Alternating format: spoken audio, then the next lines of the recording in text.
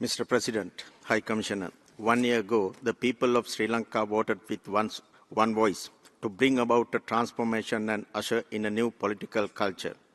Our democratic traditions have been upheld through timely elections held in free, fair and peaceful manner.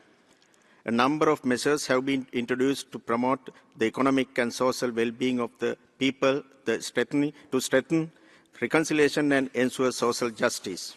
Mr. President, the government has provided comments on the High Commissioner's report, and I wish to address some of the matters raised in it. Our anti-corruption drive has been strengthened with new legislation enabling independent investigations and prosecutions leading to landmark convictions. The government is in the process of repealing the PTA and introducing new counter-terrorism legislation. Amendments are being formulated through consultations to the Online Safety Act. The government continues to strengthen the domestic reconciliation mechanisms by guaranteeing their independence and the necessary financial and human resources allocations. Respecting the right for truth and justice, the government has allocated required resources for excavations at the Chemmani grave site, which are being carried out under judicial supervision. Further consultations are underway with a view to establishing a Truth and Reconciliation Commission. The Cabinet of Ministers approved the proposal to prepare a national policy and action plan on reconciliation and coexistence.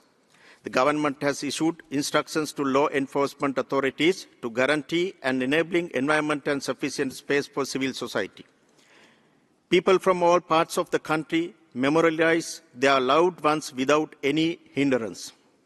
In line with the government's vision and commitment for a reconciled Sri Lanka, a Sri Lanka Day is to be celebrated in the first week of December. Views of the general public and the National Human Rights Commission have been called for the establishment of an independent public prosecutor's office. Mr. President, the Attorney General would prefer indictments only if there is a prima facie case against an accused, and as such, the negative portrayal of the AG's office in the report does not stand to reason. The prosecutorial discretion of the Attorney General is not an unfettered power and is subject to the full force of judicial review. The reference to the amended Personal Data Protection Act in the report is erroneous, as the proposed revisions are not related to exemptions as indicated. The government is committed to advancing accountability through credible domestic processes. Recent decisions by the Sri Lankan courts demonstrate the independence of the Sri Lankan judiciary. The government has afforded full independence to the police, and investigations have been resumed into many long-standing cases, including the Easter Sunday attacks and attacks against journalists. A large majority of lands have been released. Adequate compensation is paid to rightful owners where release is not possible. A cabinet-appointed committee is addressing competing claims and land issues faced by people living in areas identified as state reserves and places of archaeological significance. To build confidence among the public, the government is taking several initiatives, including opening of roads, infrastructure, development, livelihood support, and promotion of industries.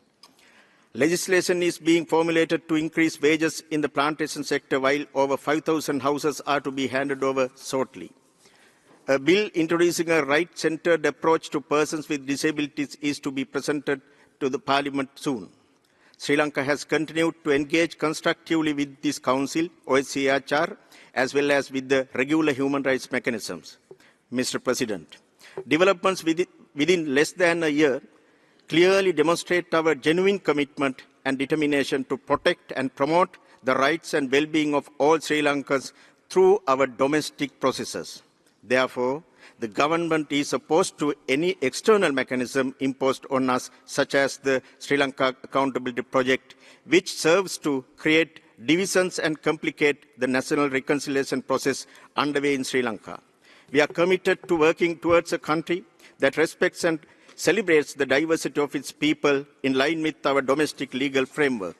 The government will continue to work in close cooperation with the international community through capacity building and technical assistance in mutually agreed areas to further strengthen these efforts.